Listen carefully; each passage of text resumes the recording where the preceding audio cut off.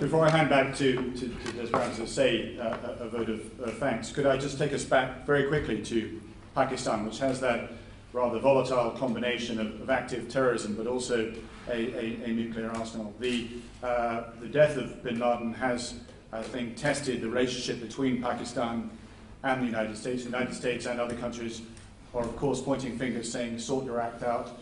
Pakistan is then saying, actually, I need help. How can that relationship be repaired, and how do we move forward to make sure Pakistan is able to look after its nuclear weapons and solve its terrorism issues? Let me start off by observing that, in my judgment, Pakistan is the most dangerous nation in the world. We talk about the danger of nuclear terrorism. If it is to happen, the probability that bomb comes from Pakistan is higher than any other country in the world. If there's going to be a regional nuclear war, that's the likely place it's going to be at. So Pakistan, especially from a nuclear point of view, is the most dangerous country in the world. That's the easy part of the statement. The hard part is what the hell to do about it. And I don't have a good answer to that question. I think we have to keep working at it day after day.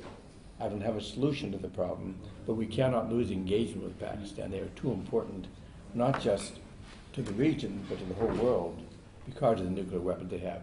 But that engagement cannot be based on a fallacy. It cannot be based on a lie.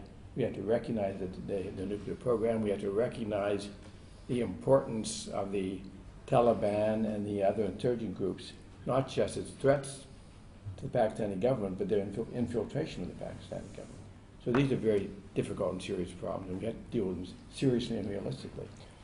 Boss, let me shift to one subject before we close, and that is every now and then you need some hope.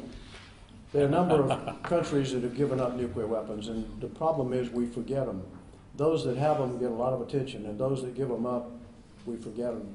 Kazakhstan got rid of nuclear weapons. Ukraine got rid of nuclear weapons. Belarus got rid of nuclear weapons. South Africa got rid of nuclear weapons, all voluntarily. Syria and Libya got rid of their nuclear program somewhat inadvertently, but nevertheless. Also Iraq. So you count the number of countries that have gotten rid of them in the last 20, 25 years, it exceeds the number that have added nuclear arsenals. To me, that's encouraging. Let me give you one other example. Right now in the United States, 20% of our electric power comes from nuclear power, 20%. 50% of the fuel that is burned in those nuclear plants, producing 20% of the power, 50% of it comes from highly enriched uranium that during the Cold War was in warheads pointed at America and our allies. So by definition, 10% of America's electricity, 1 out of every 10 light bulbs, comes from highly enriched uranium that during the Cold War was pointed at us.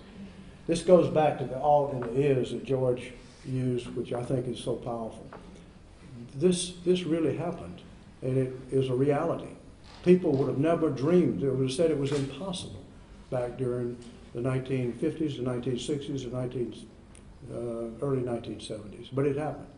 So there is hope. We are making progress, and there are still avalanches coming down the mountain, but we are beginning to find pathways up the mountain.